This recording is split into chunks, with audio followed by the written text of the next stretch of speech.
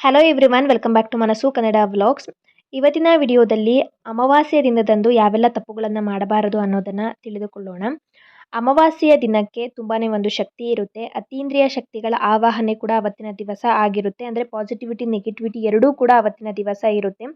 ಈ ಮಾಟ ಮಂತ್ರ ಎಲ್ಲ ಮಾಡ್ತಾರಲ್ಲ ನೋಡಿ, ಅಂಥದ್ದೆಲ್ಲ ಅಮಾವಾಸ್ಯೆ ದಿನದಂದು ಹೆಚ್ಚಾಗಿ ಮಾಡ್ತಾರೆ. ಹಾಗೆಯೇ ನೆಗೆಟಿವಿಟಿಯ ಜೊತೆಗೇ ಪಾಸಿಟಿವಿಟಿನೂ ಕೂಡ ಹೆಚ್ಚಿರುತ್ತೆ. ನಮಗೆ ಏನಾದರೂ ಒಂದು ಕಷ್ಟಗಳು ಇದ್ದರೆ ಅದಕ್ಕೆ ಪರಿಹಾರ ಆಗಬೇಕು ಅಂತ ಕೆಲವೊಂದು ಪರಿಹಾರಗಳನ್ನು ನಾವು ಮಾಡಿಕೊಂಡ್ರೂ ಕೂಡ ಅತಿ ಶೀಘ್ರವಾಗಿ ಫಲ ಅನ್ನೋದು ಪ್ರಾಪ್ತಿಯಾಗುತ್ತದೆ. ಹೆಚ್ಚಾಗಿ ಮಹಾಲಕ್ಷ್ಮಿಯ ಪೂಜೆಯನ್ನು ಅಮಾವಾಸ್ಯೆ ದಿನದಂದು ಹೆಚ್ಚಾಗಿ ಮಾಡಬೇಕು.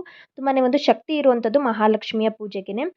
ಇನ್ನು ಈ ಬಾರಿ ಯುಗಾದಿ ಹಬ್ಬದ ದಿನದಂದೇ ಯುಗಾದಿ ಅಮಾವಾಸ್ಯೆ ಕೂಡ ಬಂದಿದೆ. ಮಾರ್ಚ್ 19ನೇ ತಾರೀಕು ಗುರುವಾರದಂದು ಯುಗಾದಿ ಹಬ್ಬ ಮತ್ತು ಯುಗಾದಿ ಅಮಾವಾಸ್ಯೆ ಕೂಡ ಅಂದಿನ ದಿನದಂದೇ ಬಂದಿದೆ.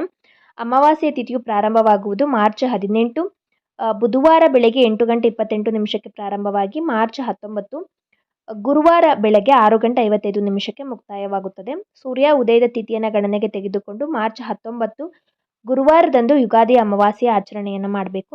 ಅಮಾವಾಸ್ಯೆಯ ದಿನದಂದು ನಾವು ತಪ್ಪುಗಳನ್ನು ಮಾಡಬಾರದು. ಮಾಡಿದ್ದೇ ಆದರೆ ದಾರಿದ್ರ್ಯ ಅನ್ನೋದು ನಮಗೆ ಅಂಟಿಕೊಳ್ಳುತ್ತದೆ.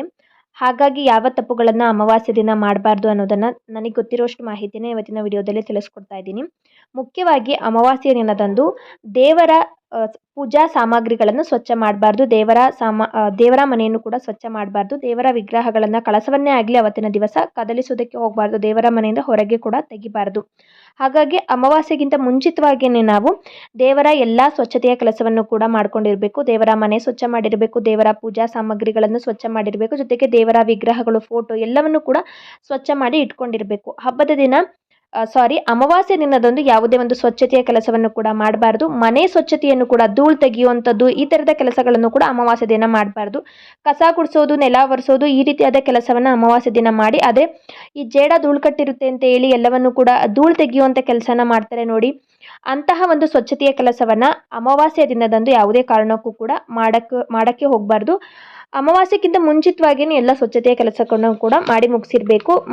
ಹಾಗೆಯೇ ಉಗುರುಗಳನ್ನು ಕತ್ತರಿಸಬಾರ್ದು. ತಲೆ ಕೂದಲನ್ನು ಕೂಡ ಅವತ್ತಿನ ದಿವಸ ಕತ್ತರಿಸಬಾರ್ದು. ನೆಗೆಟಿವಿಟಿ ಅನ್ನೋದು ಕೂಡ ಅದನ್ನ ಹೆಚ್ಚಾಗಿ ಇರೋದ್ರಿಂದ ಉಗುರನ್ನು ಕತ್ತರಿಸಿ ನಾವು ಎಲ್ಲೆಂದರಲ್ಲಿ ಹಾಕ್ಬಿಡ್ತೀವಿ. ಹಾಗೆಯೇ ಕೂದಲನ್ನು ಕತ್ತರಿಸಿ ಕೂಡ ಎಲ್ಲೆಂದರಲ್ಲಿ ಹಾಕ್ತೀವಿ.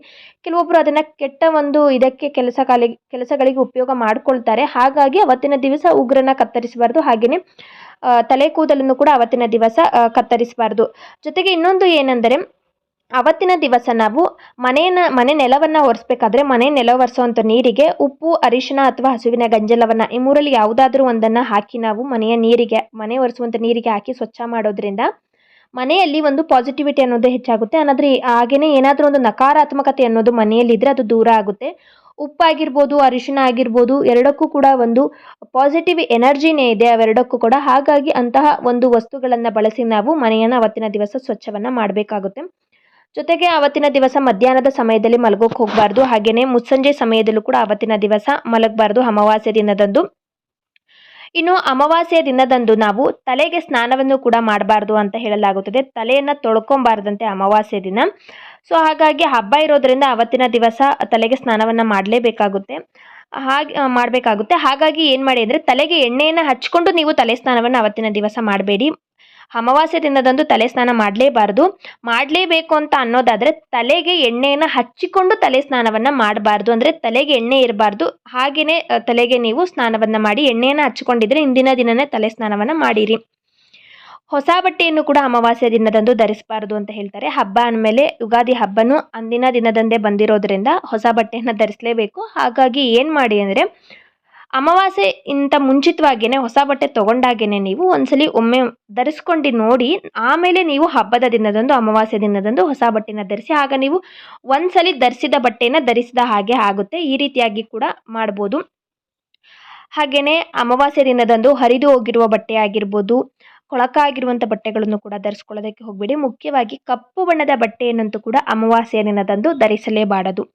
ಈ ಎಲ್ಲ ತಪ್ಪುಗಳನ್ನು ಕೂಡ ಅಮಾವಾಸ್ಯೆ ದಿನದಂದು ನೀವು ಮಾಡಲೇಬೇಡಿ. ನಾನು ಹೇಳಿದ ಇಷ್ಟು ತಪ್ಪುಗಳನ್ನು ಕೂಡ ಅಮಾವಾಸ್ಯೆ ದಿನದಂದು, ಈ ಯುಗಾದಿ ಅಮಾವಾಸ್ಯೆ ಅಂತನಲ್ಲ, ಪ್ರತಿ ಅಮಾವಾಸ್ಯೆ ದಿನದಂದು ಕೂಡ ಮಾಡೋದಕ್ಕೆ ಹೋಗಬೇಡಿ. ಈ ನನ್ನ ಮಾಹಿತಿ ನಿಮ್ಗೇನಾದರೂ ಇಷ್ಟ ಆಗಿದೆ ಅಂತ ಅನಿಸಿದ್ರೆ ಮನಸ್ಸು ಕನ್ನಡ ವ್ಲಾಗ್ಸ್ ಚಾನಲ್ಗೆ ಸಬ್ಸ್ಕ್ರೈಬ್ ಮಾಡಿಕೊಳ್ಳಿ.